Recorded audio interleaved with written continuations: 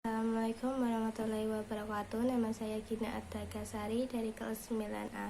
Kali ini saya akan menjelaskan tentang perubahan sosial budaya dan globalisasi. Yang pertama, ada faktor penyebab perubahan sosial budaya, terdiri dari faktor internal dan faktor eksternal. Yang faktor internal terdapat penemuan baru atau inovasi.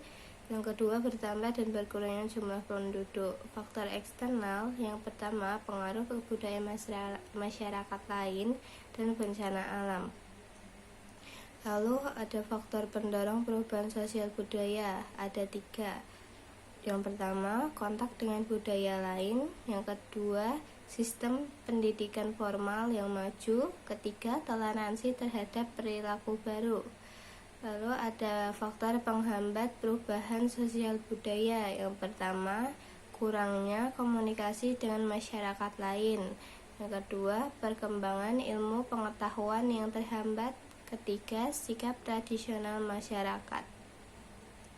Proses perubahan sosial budaya terbagi menjadi 3. Yang pertama, akulturasi, asimilasi, dan difusi. Akulturasi, proses penerimaan unsur-unsur kebudayaan baru dari luar secara lambat. Asimilasi, yaitu proses peleburan dua kebudayaan atau lebih. Difusi, yaitu proses terjadinya penyebaran unsur kebudayaan. Perubahan sosial berdasarkan prosesnya, yaitu ada 2. Yang pertama, perubahan sosial direncanakan, yaitu perubahan sosial yang dilakukan oleh pihak-pihak yang menghendaki adanya perubahan sosial. Yang kedua, perubahan sosial tidak direncanakan, yaitu perubahan sosial yang terjadi di luar kehendak dan jangkauan masyarakat. Lalu ada perubahan sosial berdasarkan waktunya. Perubahan sosial ini terbagi menjadi 2. Perubahan sosial evolusi, yaitu perubahan yang membutuhkan waktu lama dan diikuti rentetan perubahan kecil yang saling mengikuti secara lambat. Yang kedua, perubahan sosial revolusi, yaitu perubahan yang berlangsung secara cepat pada sendi-sendi dasar pokok kehidupan masyarakat. Lalu ada perkembangan globalisasi. Yang pertama ada pramodern, modern awal, dan modern.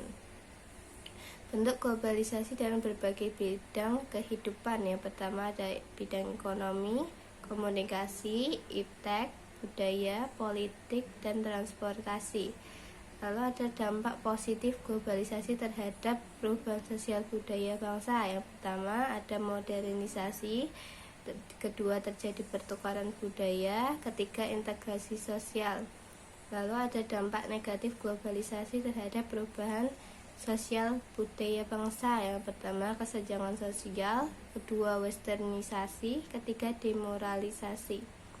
Lalu ada upaya menghadapi globalisasi bidang budaya. Yang pertama melestarikan budaya asli atau lokal, selektif memilih budaya asing yang sesuai dengan budaya asli.